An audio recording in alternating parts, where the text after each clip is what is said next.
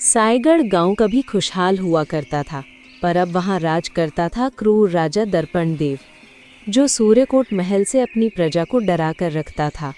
उसका सबसे भयानक नियम था हर रविवार स्वाद परीक्षा। किसी एक परिवार को महल बुलाया जाता। अगर राजा को खाना पसंद आया तो सोना चांदी मिलता, नहीं तो पूरा परिवार जाता अंधकार कुंड में कैद। उसी गांव में रहते थे अर्जुन और उसकी पत्नी रेवती। अर्जुन कृष्ण वाटिका वन से लकड़ियां इकट्ठी कर बेचता था और उन्हीं पैसों से उनका घर चलता था। एक दिन अर्जुन लकड़ियों का गट्ठर लिए गांव लौट रहा था। तभी उसने देखा कि सिपाही उसके पड़ोसी देवनाथ और माया को सूर्यकोट महल की ओर घसीट कर ले जा रहे थे। हे देव, अब इनकी परीक्षा है। अर्जुन ने चिंतित होकर कहा। घर पहुंचकर उसने रेवती को बताया। अरे ओ रेवती, देवनाथ और माया को राजा के सिपाही सूर्यकोट महल की ओर घसीट कर ले जा रहे। रेवती बोली, सिपाही अगर हमारे घर आते तो मैं सिर्फ खिचड़ी ही बना पाती। अर्जुन हंसकर बोला, और मैं वो भी मजे से खा लेता। तू मेरे लिए किसी रानी से कम है क्या? दोनों हंसते हुए खाना खाकर सो गए। उन्हें क्या पता था अगला रविवार उन्हीं पर टूट पड़ेगा।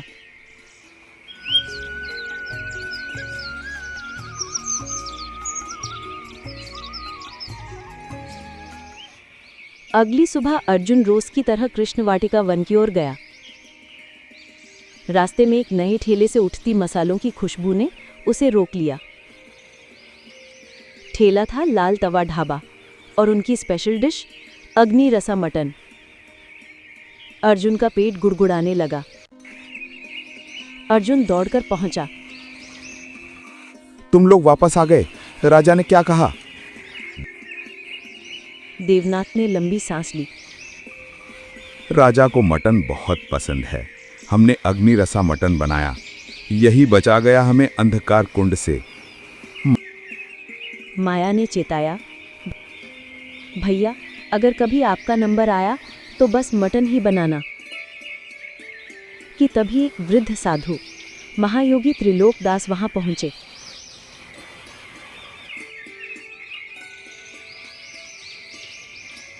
बेटा, बहुत भूख लगी है। वो बोले। अर्जुन ने बिना सोचे अपनी पूरी रोटी सब्जी उन्हें दे दी। साधु ने आशीर्वाद देकर कहा, भूखे को खिलाने वाला कभी खाली हाथ नहीं लौटता पुत्र। भूखे को खिलाने वाला कभी खाली हाथ नहीं लौटता पुत्र। अर्जुन को तब लगा नहीं, पर यह उसकी किस्मत का मोड़ था। लकड़ियां बेचकर अर्जुन ने ठीक ठाक पैसे कमाए और सोचा कि आज आधा किलो मटन ले जाएगा।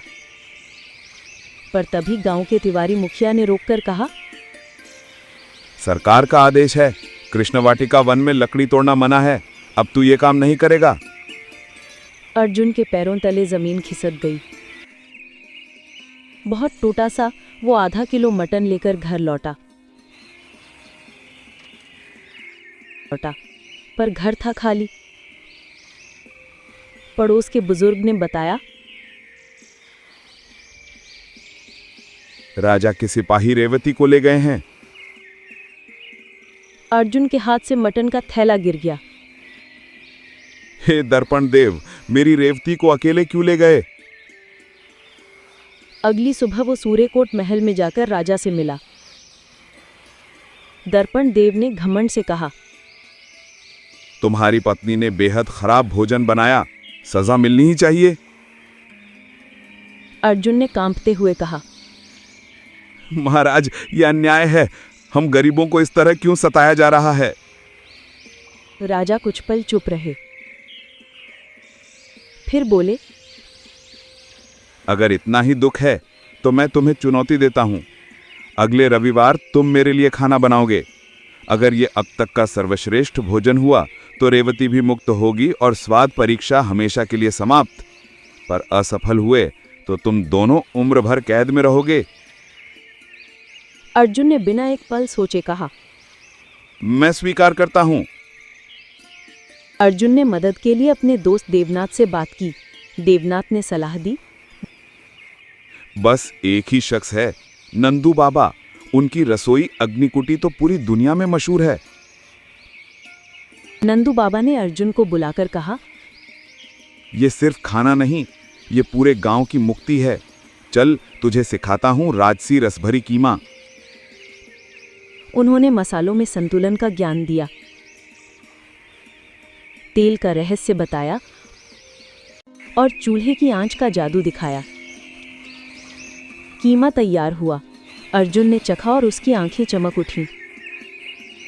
पर नंदू बाबा बोले, स्वाद अच्छा है, पर नयापन तुम जोड़ोगे। रविवार को अर्जुन सूर्यकोट पहुंच रहा था, तभी रास्ते में महायोगी त्रिलोकदास फिर मिले। जाओ बेटे, तुम्हारी विजय निश्चित है। साधु ने आशीर्वाद दिया। अर्जुन ने अपने हाथों से बनाया राजसी रस भरी कीमा दर्पण देव को दिया। राजा अंदर लेकर गए, चखा और कुछ देर बाद गंभीर चेहरे के साथ लौटे।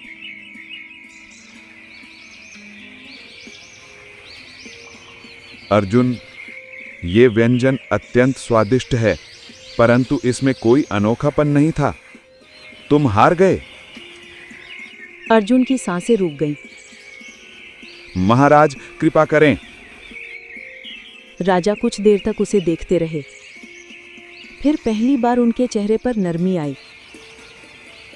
अर्जुन, तुम्हारा साहस और नियत तुम्हें हारने नहीं दे सकती। मैं स्वाद परीक्षा को आज से समाप्त करता हूं। तुम और रेवती स्वतंत्र हो।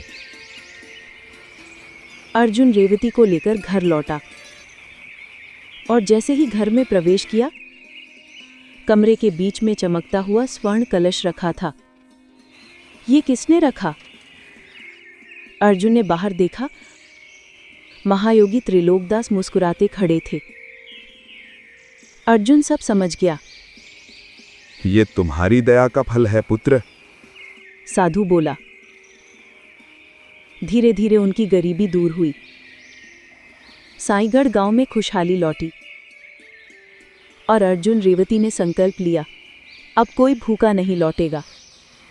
और इस तरह साईगढ़ गांव में अत्याचार का अंत हुआ और अर्जुन रेवती ने खुशियों के साथ अपना जीवन बिताया।